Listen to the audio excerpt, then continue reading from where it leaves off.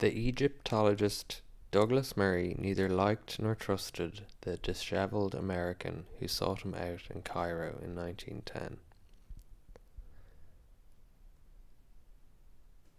The man had a furtive manner and appeared to be in the final stages of disease, but Murray, a refined Briton, could not resist the blandishments of his disreputable visitor, for the American was offering him the most priceless find of his career.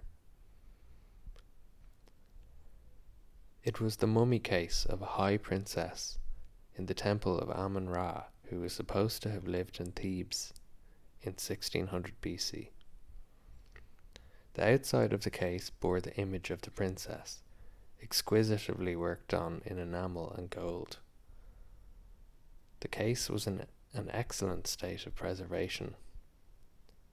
An avid collector, Murray couldn't resist, and took immediate steps to have the mummy case shipped to his London home. The cheque was never cashed. The American died that evening. Murray learned from another Egyptologist in Cairo why the price had been so reasonable.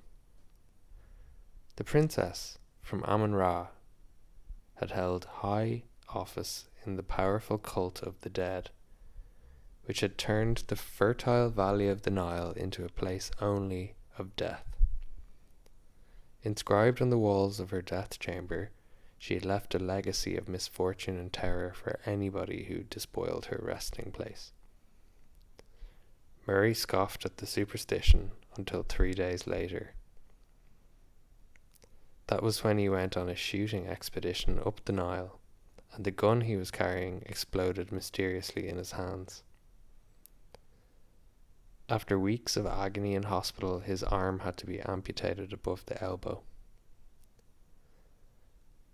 On the return voyage to England, 2 of Murray's friends died from unknown causes.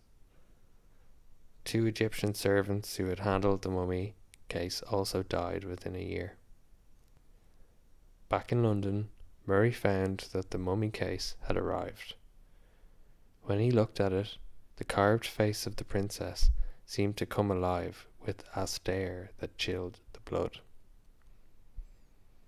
Although he had made up his mind to get rid of it, a woman friend convinced him that he should give it to her.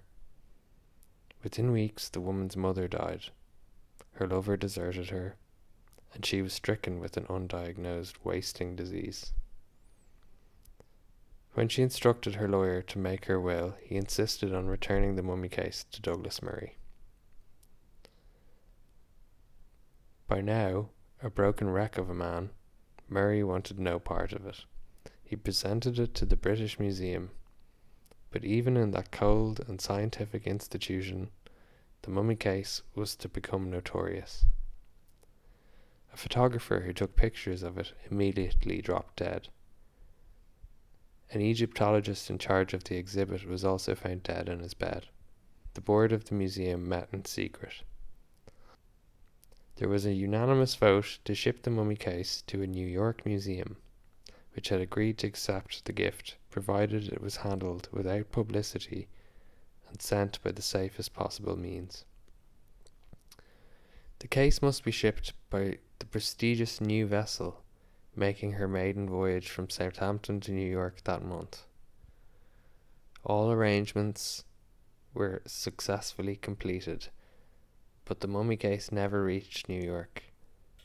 It was in the cargo hold of the unsinkable Titanic, when she carried 1,498 people to their doom on April 15th, 1912.